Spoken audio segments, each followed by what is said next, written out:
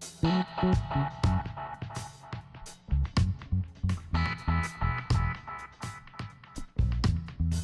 we're going to be doing a lighting workshop for interview style video production. We're going to start off with a kind of a light or topical discussion of setup. So we're going to talk about where and how and kind of the critical setup of the stands, as well as coordinating the lights, and then we'll kind of do a modeling from there.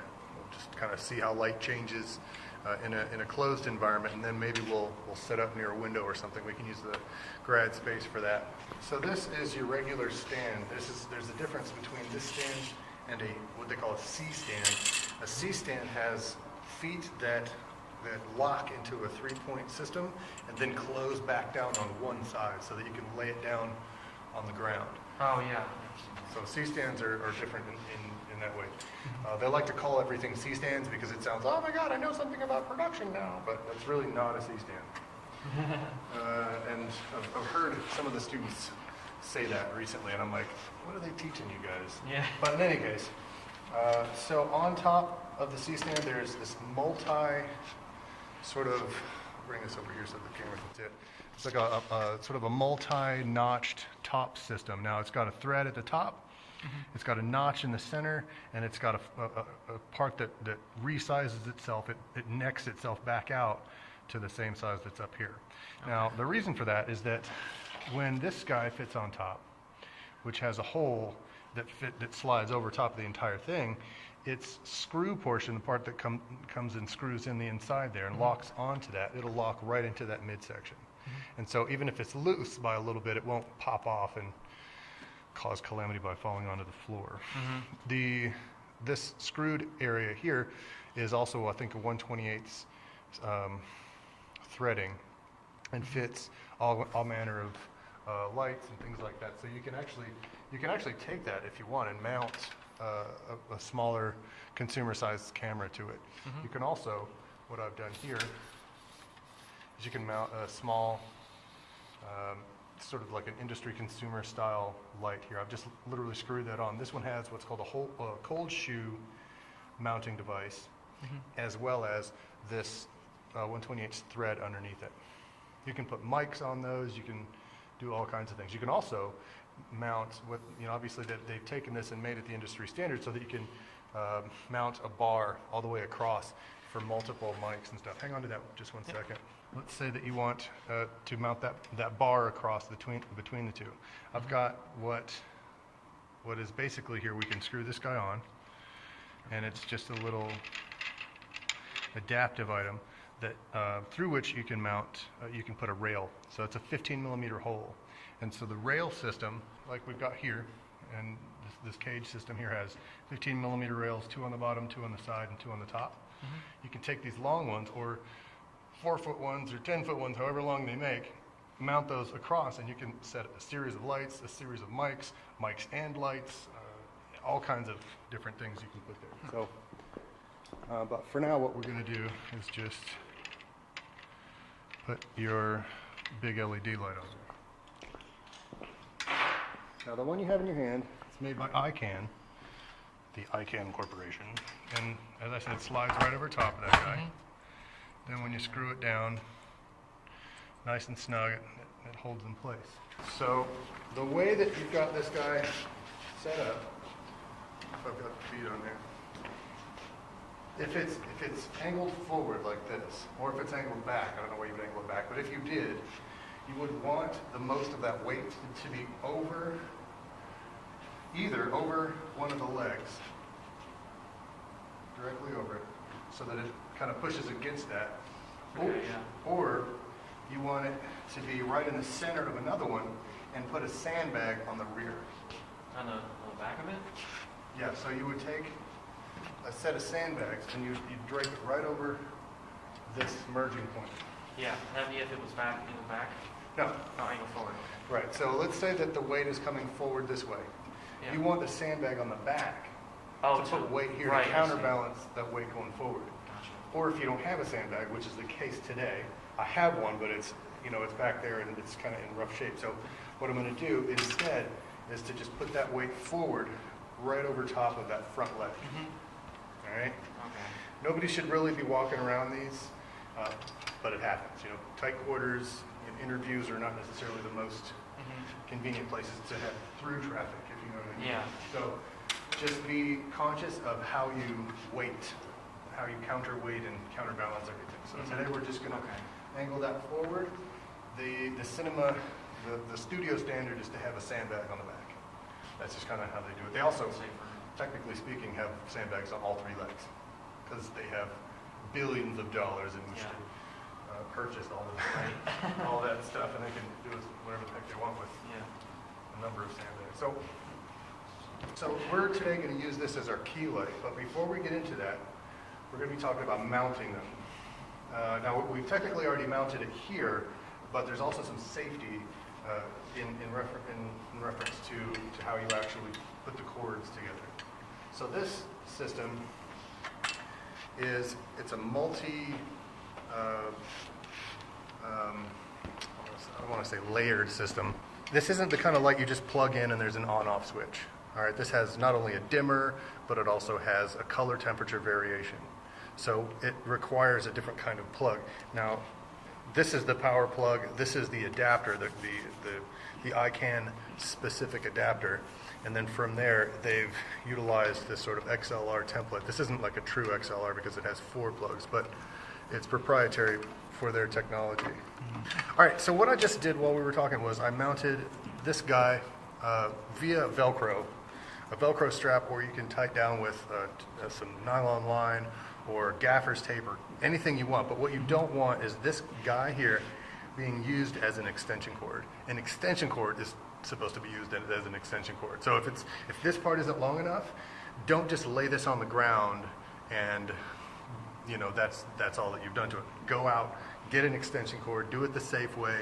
If this guy gets stepped on or kicked or bumped, the light's coming down, this might be damaged. All of it together is pretty expensive. So what you want is if somebody does come up, and if they're going to trip, they're going to yank this guy off first, and maybe that hits the floor and maybe it breaks, but this doesn't break, right? We can replace that. That's maybe $30, right? But this guy is part of a whole other box of stuff.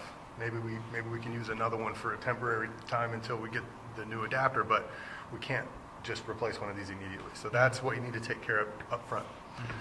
Okay, so, and that's pretty much everything. Any kind of light that you have on a stand or anything like that. Now these guys, obviously, we're going to be doing interview discussions. So we have ones with batteries.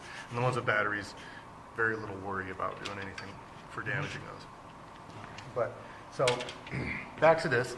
On the back panel, the on switch is here. And as you can see, as soon as you hit that, it comes on. Now, it's got no buttons over here. It's all touch system. So you can turn up the dimmer up and down. Now, right now it's only at like 10%. And I had this on yesterday, and 10% is quite bright if it's like right here for an interview. It's a lot of lights on here. I think there are 500 LED, no, it's 1,000 LED lights on this thing. So it's pretty bright. Now, we've also set the temperature, as you'll note, at 5,600 K. Now, 5,600, do you remember that discussion that we had in class? Briefly, yeah. Yeah. Kelvin. Yeah. So That's a lot. Yeah, well, it's pretty much the highest you can go. You can go higher, but the hottest temperature that we white balance for is for the sun, and that's the color temperature of the sun is 5,600. 3,200 is incandescent, like inside your office, like the bulb, standard bulb, and 2,800 or so for fluorescent light. All right, so let's just say we're in an office and all they've got is fluorescent light. You're going to turn it down to, how do you, wait. You're supposed to be able to select. You hold it maybe? Probably not, but. It's supposed to have the option to change that. It's not on here, maybe? I'll check the directions. You're supposed to be able to change that, but for now, we'll say we're just going to be limited to 5,600K, but that's okay. Let's just say we've got that constraint because we're outside, for instance, and your interviewee can't go inside. He's got to fear of indoors or something, right? Like Yeah. that's just, Yeah. let's just say that's what we got. You're going to be challenged by various things, and that's one of them. So what we're going to have to do is adapt in other ways. We're going to have to white balance our camera for 5600K. We're going to have to use yellow gels for our lights. And what that'll do is it'll rate everything for 5600. Everything's good to go, and you'll just know or trust that the color of people's flesh tones and things like that will come out correctly as intended on that light or on the video. So now swing around here. I don't know if this is going to be too overpowering for the camera, but these guys right here are called either barn doors or flags, depending on how old school the person is you're talking to. All right, now that's pretty bright, but it's not like crazy bright. You can actually look at it without wincing. Right. Now, what happens, the reason that they even put barn doors on here in the first place is for you to be able to focus or disperse light. Now, if you can tell that it's getting a little bit harder to look at it as you're focusing this light in. And that's because everything's sort of bouncing in. On this back plate here, behind the LEDs themselves, there's another mirror. All of these guys have this sort of etched reflective surface. All right, if it was all flat, what it would do is reflect the exact shape of the light here. But since it's bent and sort of crumpled like that, it refracts it in many different directions. So it just disperses it nice and flat. It sort of drenches your interviewee in light. Yeah. And that's a very good thing when you think about it. Right. So you can, if you want, let's say that 10 is the lowest you're willing to go, but your interviewee still looks sort of washed out, and you still want less light than that. How would you make less light? So you want less light than you have. You would open it, right? Because isn't it saying it's more concentrated? Well, you're on the right track. You want it to, you were going to use the barn doors, but it's actually, you're going to want to just cut the amount of light, right? Oh, So yeah, you'll close the doors. Right. Right, so you'll just close that, and if you look at the screen there, you'll see that Yeah. more light. Right.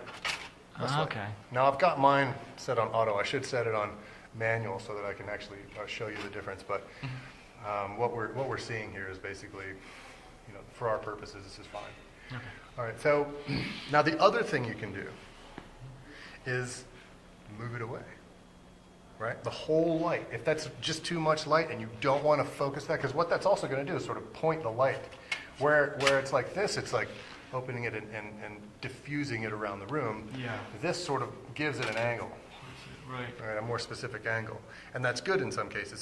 Sometimes you want that hard shadow somewhere to make somebody look gritty and serious in a moment of deep emotion or something. Yeah. And sometimes you just want a nice soft palette of light. But in either case, if you just want less of it, you can simply move it back. Or if that's up against a wall, for instance, you can just take your interview back a little bit. Yeah. All right. If it's at that point, if you've closed the barn doors as far as it can go, and it's still giving you too much light for whatever reason, I doubt that's too much light. Just get rid of it and do another one, or pick another location. Really, I mean, if you're down to that kind of a hassle, you've moved it. The barn doors don't work. The dimmer's all the way down. Just get a different light or a new location. So, Okay. all right. So this one we're going to be using as what's called a key light. All right. A key light is going to be kind of like off center, or near to sort of like behind the camera. You've got what they call a fill light, which can be in a number of locations, but what it does is so when you look at me, where are my shadows? And you can come and point at me if you want. Over there. Well, I mean, on my face Oh, and body. Like the camera's only looking at me. The camera isn't paying attention to Right, what's on right. the ground, right? So where are the shadows that? Like around your neck. Yep. And then your face, under your right side of your face. Yep. So here, and probably like a few places where my shirt Yeah. forms my fat belly. Right? Now we also are combating these lights. Now what I was going to do before we started the lighting workshop is go ahead and dim these down. And if you are in an environment where you can get rid of all of the additional extra funky lights, do that. Unless they work in your favor, most likely, throughout the offices on campus, they did not fast forward in their budget and say, somebody might want to interview in this room sometime. No, they just bought the cheapest lights they could find. because they've got 100,000 lights sockets to fill on campus, right? So they just went with the cheapest option. Cheapest is usually turns you blue on screen, right? It just makes you look sort of pale and alien. Even black skin doesn't, take that light well. It just kind of just gives you an ashen color. So turn off those lights. If you walk in and the light's crappy, just turn them off. Bring somebody over to, this could actually be, if you think about it, depending on what time of the day it is, a window, right? I mean, it technically represents, electronically speaking, on the digital spectrum, that camera had no idea that this is not sunlight. It's 5600K, it's bright, it's dispersed. As far as it knows, it is a window, right? So it's just going to think, all right, well, that's a light source, and we're going to go with that. So the fill light, what the fill light does, if you've got somebody next to a very powerful window or something like that, and you want this individual to look sort of natural as the eyes see them, I can tell that there's color and everything below your shadow, but the camera has a hard time skipping forward those few steps in light in order to absorb that material. So you're going to use one of these lights to subtly fill that space. Even with this there, you might use that at the same time? Yep. Yep. So you can certainly move this around and see what that does to fill that light all by itself. And if you have a super small budget and can't afford another light, that's an option, right? All right, so gels. They're called gels because they look like you're looking through gels. So let me grab one from you. Now this one, most gels are going to come in a 3-pack. Actually, most gels are going to come in a different section because they have different lights and different needs, and they're called scrims. Some are called scrims, but they don't necessarily change the color of the light, but the intensity. So this one doesn't, as you can tell, have any color on it. And when you slide that in there, all that simply does is disperse the light. As you can see, it gets a little bit softer. Now I'm pretty close to actually make that distinction, and the light in here is pretty bright. But you can tell it drops it down in intensity a little bit, but what it also does is it just kind of blankets it a little bit. It feathers it a little bit more, I guess is an easy way to say that. And so that one is just a simple diffuser. These two also diffuse light, but they also change the actual color temperature, and they're rated at a certain color to at a certain temperature to change the color. Now, if you look at the display there, it's a clear sort of white-ish, and obviously that's going to keep that color. And the reason that the camera itself, if I were to angle this toward the lens, since it's on auto, like full auto, it would actually you would be able to tell that that color itself would change over time to have the entire shot sort of make it look white. It's not supposed to look yellow, it's supposed to look white. And so what's happening inside the camera right now is that it's trying to figure out, okay, that's a lot of light pointed at the iris, so how much of the light on the sensor do I balance for this temperature, and this temperature? Well, since this temperature and this temperature are essentially equivalent, it doesn't have that much to do just to adapt to these up here. Okay. All right, so and when I move this away, it technically looks white now. When I move that, it's going to look blue, and then eventually kind of like change back to that white color. See? So you put that on to make it look like, to us it looks like yellow light, but the camera sees it as more of a white, natural kind of. Yeah, because it's constantly trying to balance itself out. Now, if I put this guy on, this is going to be the hardest one for the camera to adjust to. Right? Now that's going to probably maintain either a magenta feel, or we're going to see this light turn a bit yellow, or maybe even a different color. See, but now we see what looks like a little bit more white, only it's still got a little bit of sort of a violet hue out here, yeah? And this one kind of turned a little bit pale, if you can see. So that's all in the auto mode. Now, I can take it out of auto and set it precisely the way I want it, which is what I recommend everybody do. When doing a lighting workshop, it's hard to do all that. So, for our purposes, I'm just going to leave it on auto. But, if you and I and maybe, if you guys have an interview set up somewhere, we go out to Acadia, and do some of the stuff with the marine science group, Yeah. that's going to be a perfect place to do that kind of a discussion in, because we'll have diffuse 5600K, but it'll be coming through clouds. It'll be opening up from clouds, so you'll constantly be looking at the iris and sort of dim it down and turn it up a little bit, keep it at what they call an f-stop variation. So. All right, so that's temperature and intensity. Now let's talk about like the dispersion and where to place the lights. All right, so let's go ahead and put all yellow gels in our lights. So if you want to open up the second large one there and get the yellow gel.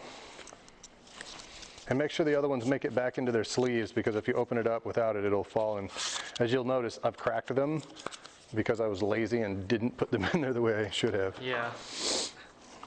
So I'm stuck. Maybe I don't want to. Oh, here we go. it's all right. Sorry. No, I'll figure it out. I'm just stuck, so I tried to pull on it. But... All right, so that's that one, and where's the other one? Oh, it's back there. All right, so I'm gonna have you just slide that down onto there. It just slides straight in, like this one. Yep, with the little pointy thing on. Yeah. Hey, Tag. You're actually just in time to be our guinea pig. Yeah. So, as I was saying about the little clamps and stuff, what we can do with this guy is, let me get you to stand over here for me, because I'm also trying to get all of this on video. Yep. So what I was going to do here was this guy here is just what they call a boom, an extending boom, and that guy there is a knuckle. It's also called a couple of other things, a clamp. I just call it a knuckle. It looks like a knuckle. I'm happy with that title. All right. So this is called a cold shoe mount. Cold means that there's no electricity or digital information going from the base to the component. All right, so there's no information. If it's a hot shoe, like on the top where that mic sits, there's sometimes some connectors, like say on the top of a DSLR or something, and that'll tell, the DSLR will actually talk to the light and say zoom in, zoom out, be more intense, be less intense, etc. It's usually a proprietary thing. So you can mount this light several ways. As I was telling Chase a while ago, all of these tops have a groove that kind of necks up and then necks back down in here, and that's where this guy screws in, typically. And we're going to go ahead and do that there. Or, if for some reason you don't want it here, if you want, like I've got a good situation to discuss this right now. Right now I have a microphone sitting on my on the cold shoe there, so I can't actually mount this light on the cold shoe, but let's say I still want this light coming onto my subject, you know, from right behind the camera. That's when we angle something over top of it. Okay. So this stand will sit right next to the camera system, and yep, we'll be able to pop right over. Did I get one of you? Oh, here it is. Now this is broken off from yesterday. I actually dropped it and broke it, which sucks, but that's what you gotta do sometimes. Alright, so let's see.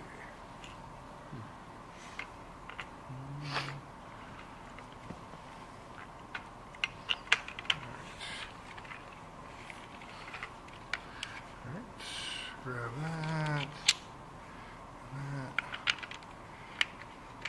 Now, some of the stands that I've had in the past, I just leave this knuckle mounted on here for this specific reason, because it's really annoying. Now, most knuckles will just kind of sit and adapt as they need, but some of them, like this one, are clearly needing, and they've got a little bit of flaw in the system. All right, so you can see I've mounted something on here pretty hard in the past. And that's just because it was heavier than what it should have really been on there. But it worked out in my favor because now it doesn't slide too far down in there and I lose it. Oh, okay. So sometimes it's a good thing. There was actually in the past something mounted on the end to keep it from doing that, but we broke that too. It happens. It does, too often. So since you could mount it like this if you wanted and sort of have that kind of at a funky angle, or you could mount it sideways. Which some sterling genius came around and invented just for that purpose. That's actually really Yeah, and so you can unscrew, there's supposed to be 2 screws in here. You can unscrew this guy and go that way with it. And, oh, there's an additional little knuckle piece that you can put in here to make it, like, go that way as well, but I didn't mount that one. So, in any case, what you can do is raise that up and bring it flat, or you can use this guy and just sort of mount that there and bring this up a little bit, or mount it on this top section. In any case, what happens is you can Okay. just put that right about There there it where the is. camera's looking at, right next to Yeah. it if you want. You can angle it up above and have it sitting basically there. You can have it off to the side. And Chase, why don't you step over on this side and turn that on? And while you and I are looking at it, actually, let's pause on that point for a minute, and I will use my other favorite little toy.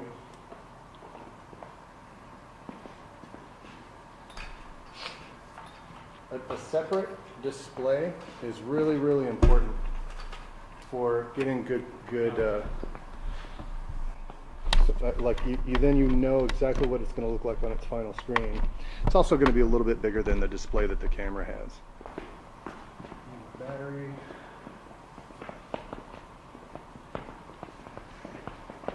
How'd you change the brightness? Oh, this little thing? These are scrolling kind of thing. Oh, yeah. This one doesn't have one. I Oh, don't it doesn't have a. No. All right, so it automatically pulls it through when you have an HDMI signal coming. Sweet. And it gives you, obviously, you can see much better, And that, then you can and that, yeah. yeah, much better detail and everything. Yeah. You can also tell that it's poorly white balanced here and well white balanced here, because we've got these 2 lights painting him and this light painting me. See that difference? Yeah, Yeah. it's good, In the yeah. flesh tones? Yeah. Huge difference, right? So we're going to actually need a yellow gel if we're going to use this big light. So let's turn this one off, since we know we're not going to be able to adjust the Kelvin scale, and rely on these lights. So that's pretty decent. Now, the only light that looks funky is the one from above, that paints his shoulders. So this section here is actually, it's okay, it's bright, which is why, but it's not white Yeah. like you see on me.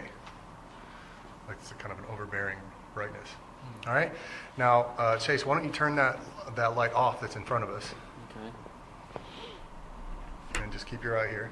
And so now you can see that not only does it look funky, we've got these really hard shadows coming Yeah. straight down the V of the neck. Yep. But we also are this light that's bouncing off the floor and comes up and lights the underside of our eyebrow here. Oh, yeah. That makes it look just so kind of creepy. Yeah, you're All right. right. So this light is called your key light. Yeah. This is going to act as like a fill light, sort of filling that sort of space. And then we've got this light, which can act as a background light, or what they call a rim light. All right? And that rim is very, very important, because if let's get Tyg over here. You actually have a lot more hair than I do, and can be a better example. So I'm gonna slip around the corner and turn off the house lights. So the light that's coming from above us is not only less intense, it's also not reflecting from the ground, which is what we want. What we don't want, that light coming from the ground. Also, what we want is if Chase and Ty, keep your eye over here on this monitor. What I'm going to do, actually, I'm going to change the angle. I'm going to have you come over a little bit, Tyg. I'm going to use this one as more of a fill, because I can sort of angle that up a little bit. And a fill light, it literally fills that area, right? That say the sunlight isn't hitting or causing a shadow on. You don't really want that shadow. All right? And so then we've got our key light. Where's the on switch back there? Right? Coming right from the camera itself. So now we've got, yeah, it is a bit intense. You can't really turn this one down. You can turn the other ones down, but Yeah, the other ones have adjusters on. yeah. But the other thing that we can do is Adjust the camera. move it back a little bit, which still kind of doesn't do a whole lot. But we can also, Just put something over it. yeah. It doesn't really. Yeah. I wish. Generally, they can use several different types of diffusers, but these lights aren't necessarily set up for that. So what we can do is lo-fi, drape something over it to take about half the light out of there. How's that look on the monitor? It's still pretty bright. Still pretty bright? Yeah. How's that? That looks good. All right. So all I did was I draped a sock over it. That's all I did. Cut the light in half, no problem. If you've got one of these that has a dimmer on it, obviously you just turn it down. Now what I wanted to bring the camera over here to discuss was a key light. Now let's get you right in the center, right underneath the record item there. And what I'm going to do, I want you to pay attention to this side of his hair. All right? You can't even really see me. I'm trying to get out of the shot as much as I can. See that? Super You won't even really see the light itself.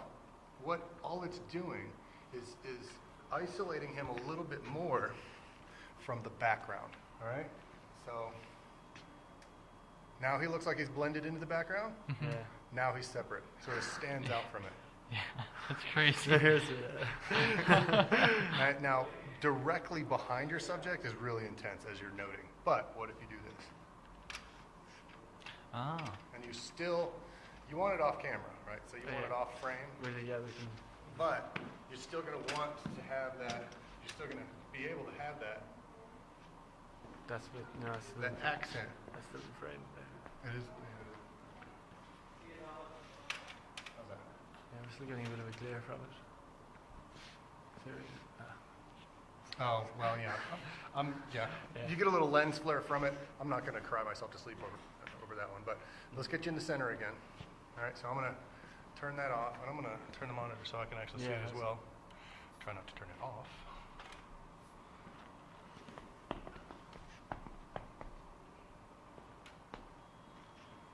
Block that little area that's coming. All right, so now you see that? It's kind of what it does is gives that rim to his face and to his shoulder. That's why they call it a rim light, because it just gives me that, definitive kind of edge. Yep. It just highlights that side. Now you can overpower them, just like any other light, but this one requires the least amount of light. It's just very subtle. It's subtle, but it's powerful, and the entire point is not to be noticed. Right? It's so that all you know is that it looks more professional. That's all you know. You don't know why. You don't know how they came up with this amazing technique, but all you did was you separated your subject from the background a little bit. That's why they call it a rim light. Now, I'm going to zoom in a little bit. If you zoom in, what it'll allow you to do is to bring that light in a little bit. All right? So then what we have is the capacity to bring this light a little bit closer to the subject, but not necessarily be on frame. And that's about what you'll have. I mean, we'll need to angle it up a little bit so you're not getting so much. You can have a little more headspace. Now he looks a little more comfortable in that space, doesn't he? Yeah. Because right here, his head looks crowded. It It looks like he's just kind of not using the space well. Yeah. The important stuff is right here. All right, give him a little bit of wiggle room above his head when you're framing him up. If it's a seated or a standing in one place type interview, it can be really easy. Just put a piece of tape on the floor and say, sorry to do this to you, but you must stand here to make it look good. Because all we have is a tripod and we don't have a guy holding the camera, right? So, and if he starts to kind of move over a little bit, you can like crowd him a little bit. People step back because subliminally they don't know why. They just feel like, oh, I'm taking up too much space. So they'll just step back. And you can do that with your interviewee, just kind of like. Yeah. And it's going to be a little bit uncomfortable for him, but he's going to try and stay on topic or whatever he's going to do, but he's going to take that instruction unconsciously. Yeah. So that's just on the side. So let's compare that one more time now that we've got it up close. Key, fill, background. Background can do all kinds of different stuff. It doesn't have to be limited to right here either. All right, you can play with it, see what it looks like way up high, angle it down a little bit. And if you have the time in your interview or your setup just play with it. You know what I mean? Yeah. You see what it feels like to you when it's all said and done.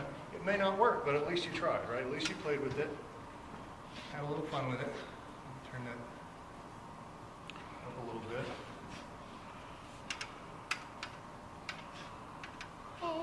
Now he's a little bit overpowered, right? Yeah. So we either need to move that back or turn it down.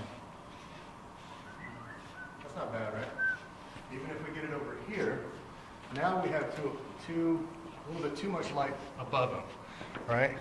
So because we can see he's got a little bit too much power over there. So what we can do is take this guy, either turn it off, or like another cool thing is to bounce it. If you have a white wall here, Bounce it off. bounce the light against the white wall. Do this after.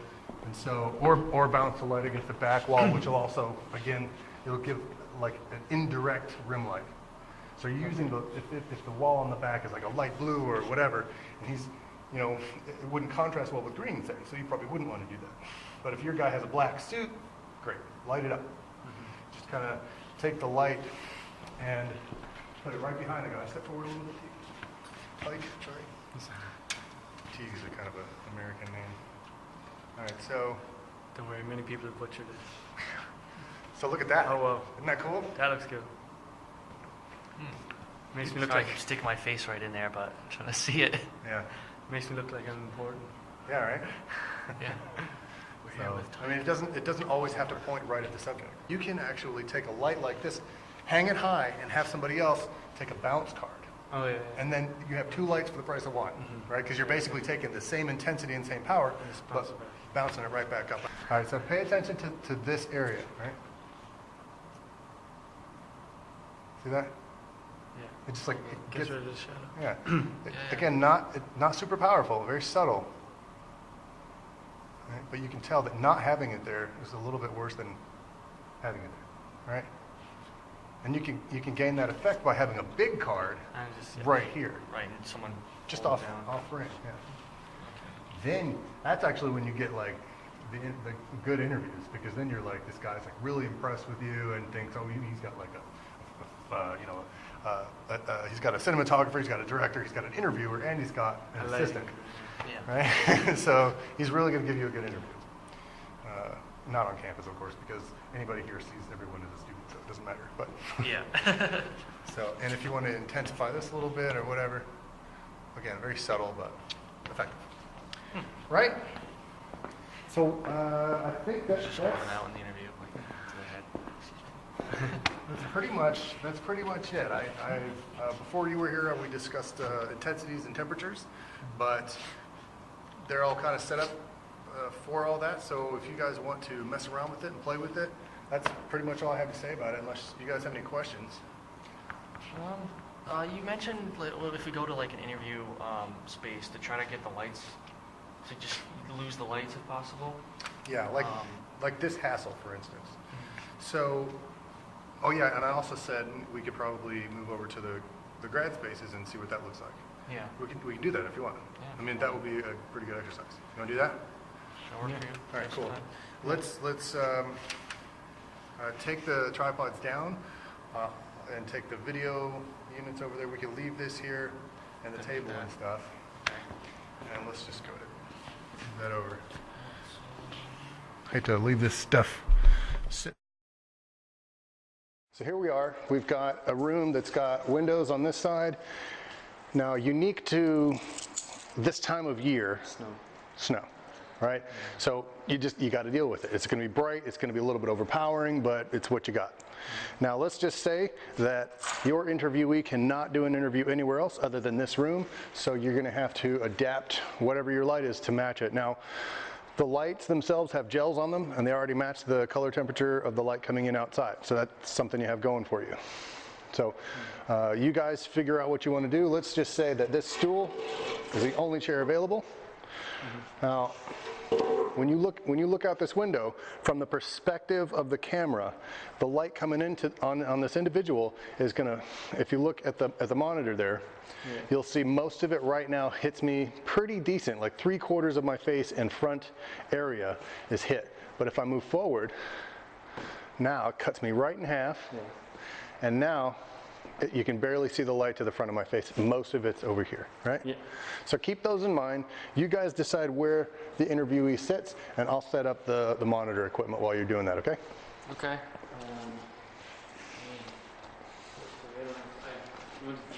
Make use of natural light, so either like full on facing window or because there's light coming from over there as well. Yeah. I mean, probably like around there. So you see yourself. Even though we don't have a good background here. Are we looking at background or are we just focusing on light? No, that's a good, no, you're going to consider all aspects of it. Thanks. Yeah, because I mean, like, looking out here, it's a lot to look, take in. Like, it's gonna draw here. I mean, it'd be good if you moved the table, like if you sat behind in it, or would that still be, kind of like looking for it. Let's look at jump to go over here.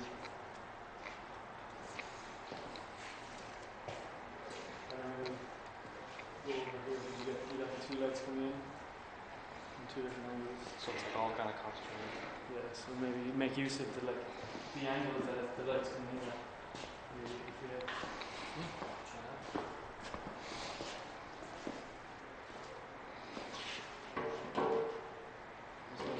It's going more now. Huh? So we'll be able to put the camera here. Well, Or we, I wanted you to oh, pretend like you could only do it here. oh, just that one. That's We'll do that one next, though. I mean, that's an option that we have in reality, but let's pretend that this is our reality over here. Okay. Yeah. So I reckon here you have like the camera there at the wall, and then we have the light coming in there. But we can maybe set up a couple of these, have them coming in here. Yeah, because I mean, if you're cut in half, like, we would shine the light Yeah. on you this side. Use that one, and then It looks pretty good. the background is really bright there. If we do to make it more of a focus on us. I mean, like, the background's too distracting. Yeah. Let's zoom it in. Yeah, but we would probably zoom in on it. Yeah, that's not too bad. Like, So yeah, because I was thinking like around here. I mean, the light looks decent. It's The pretty light well looks decent, so rounded. maybe we could just, instead of having the camera, if it's an interview, we don't have to have the camera straight on.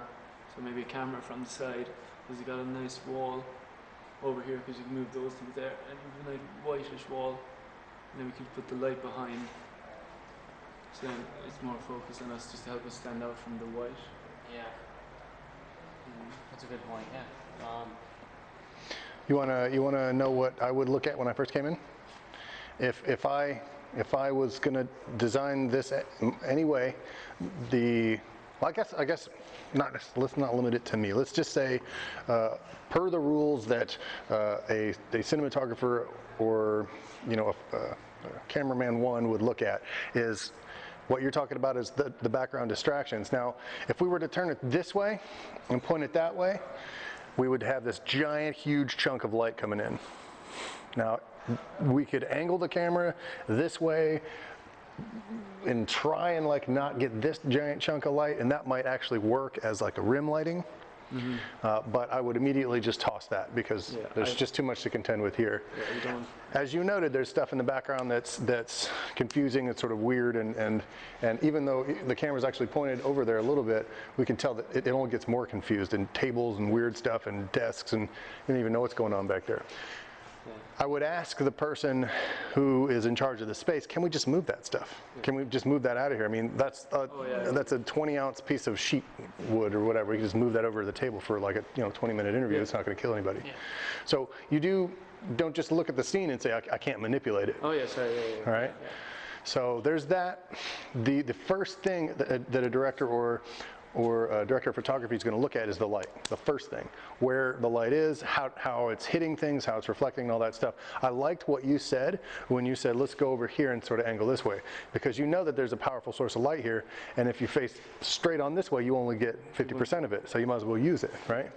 If you do that, really, theoretically, you should only require one other light as a fill, and to fill this area here, right? So why don't you set up like that? Let's pretend that, as long as we're being theoretical, we can move all that stuff. All right, and it's just not that bad. Yeah. You know, why don't we just move it?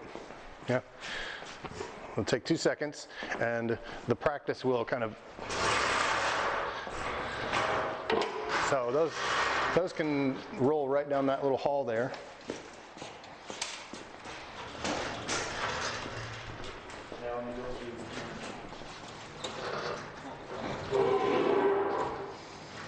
Down this way? Yep.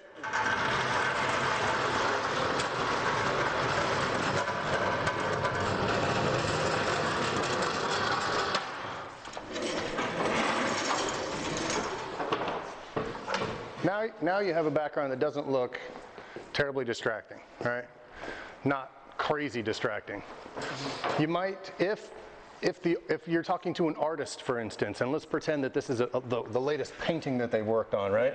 You can kind of put this a little bit close to them as a subliminal sort of thing. That's a big white space and big white flex. And unfortunately, your eyes are going to be on that more than on him. So but let's just pretend that it's an actual painting that isn't clear white. And just pretend it's there. And that wouldn't be a bad thing. We would fill that space with something. You could also, and I'm zooming all the way out. So you could also just tighten right in on the subject. And if you increase the ISO down to like 2.8 or as high as you can, that's also what that's going to do is kind of shrink depth of field.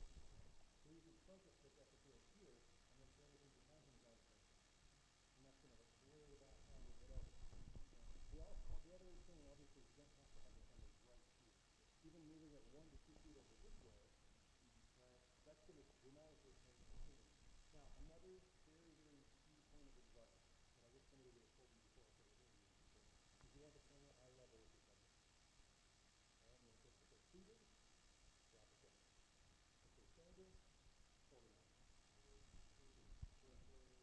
If they're standing, hold it on. Look there now, and you can tell that you're a little bit overpowered, right? You look a little, you know, nothing personal, but a little bit sheepish on the camera because it's looking down at you. But if you move it down even a foot, you just use that space better, right? And you haven't even done anything to change that. You personally just look better when you're straight on. And the reason is because humans look first to like the eyes and the face and everything. Right? We're not used to looking at it from an upward angle. At least most people aren't. I am actually, but so he just looks better like that. So keep that in mind when you're setting up interviews. And let's just say we've got the option to utilize this space over here. See, now that thing next to him could be his latest painting. And look at that. We have changed just a little bit of the background environment, and look what we've done to the scene. Yeah. I mean, that's huge. Yeah. Maybe it's needs over here. Just to get, because the light wasn't falling as well. Yeah, because the light wasn't falling as well on me when I was over there. All right, that's good. I want to, now that you've moved, nothing is good or bad about that. It's just there's just a way it's doing. You've got the space available to you. But if you move over there, you naturally sort of turned in. But that's a good thing that you did that, because if your interviewee is, you know, you move stuff around, your interviewee isn't going to know. But you need to turn into sort of the main mass of the frame. So if I'm over here, let's just say, let me get a chair and face you. Let's say that you've got an interview going on, and I'm like this, kind of looking off the frame. It's very uncomfortable, isn't it?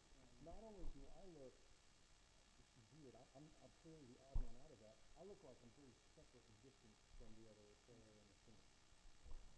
Even turning forward to face the screen makes it look more comfortable. But then, if I continue that and move in, now look at that. I mean, you look like a friend. You look like we're part of a band or something talking about our latest album. So the positioning of your people, the stuff in the background, all of that stuff comes into play when you start framing up, keeping the camera eye level, knowing that the background is very true to the shot. Now, at this point, now that it's all managed, now we can start doing still light and things like that. So, you're the director of photography. Tell us, the gaffers, where you want the light. The gaffers? So the light technicians on set. Okay, my camera? Yep. So what are the darkest areas that need fill? What do you want as a rim light? How do you want to separate us from the background? Stuff like that. So there's no shadow on the side. Mm-hmm. So I don't want like shadow on top of that. All right. Now remember, if you put one right next to him, it's going to cast a shadow on me, right? Right. So maybe Like close to that. yep, maybe up a little bit. And just force that light. Yeah. And then the rim, which one is that? Like the. The rim is the one that will paint that side light. That puts a rim of light, it highlights the side. So you would probably maybe here or back there, something off frame. Or in this case, since the camera's pointed here, you've got like basically the frame stops about here. You could actually put it on the ground, set it on a jacket or something, point it up. Mm-hmm. You could if you want. Okay. Do the same thing here. You can put it up front. Yeah, let's do it. All right, so this guy, and it just nicely just sort of fits right there on the ground. I'm actually going to see what that looks like. Who's in? Yeah, that's perfect. All right, so why don't you sit here, and director of photography, look up there and tell me what you want, how intense you want it, okay? Sure. If I can figure out how to turn it on. That's full intensity. Maybe less because you're glowing now. Like there, maybe? Maybe a little more? What do you guys think? That looks much better than before. Yeah. So I'm gonna turn it off and then back up. Sure. So you have something to compare it to. So there's with no light. There's full blast, I mean, which I think is, it doesn't look bad. yeah, I think that's probably the best. Yeah. I'm a little bit further away from it than you are too, so I'm gonna have a different Yeah. idea. Yeah. It looks different. I mean, you're not as close as you were when you first saw it. Yeah. We can move it in. Now it looks a little odd because like Okay. you're kind of like yellow glowing around here. All right. I don't need to be mopping up the ground with your. That looks good. All right. I like that. All right, good. So we've got our fill, or at least one fill. We can use this one for another fill, Yeah, 'cause or you've still got some shadow. a rim. I can bring this rim light over this way.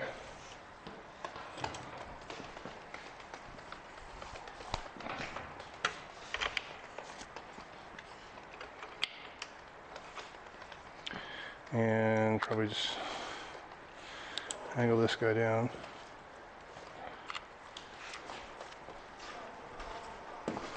Now this one is the one we can't adjust the intensity on. Oh, we got.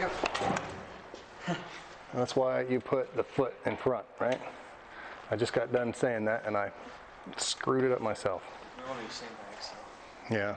What do you want to do? All right, so that one, you're gonna have to tell me whether you think that's an effective rim.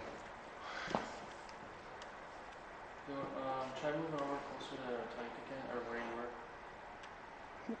Which, you gotta look at me and tell me which direction. Move it back? Forward? No, like yourself, like. Oh. Was that where you were before when you zoomed? Yeah, I was pretty much like this. Yeah. That one might not be effective, but then that's fine. We can move it somewhere else. If it doesn't add enough, then we don't have to use it. I mean, it looks pretty good. Yeah. Well, if you think it looks good, we can leave it. But, yeah, I like it. Looks pretty good. Yeah. I mean.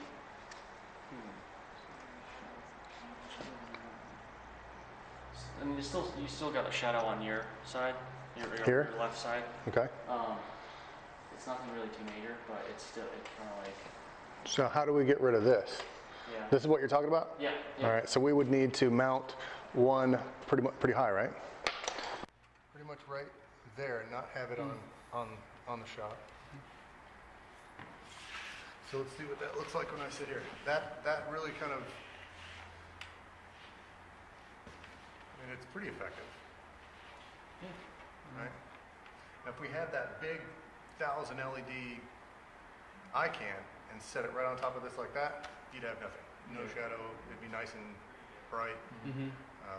You we would need to find like a yellow gel for that, just to make sure that we didn't have the problem that was in there. We couldn't adjust the Kelvin.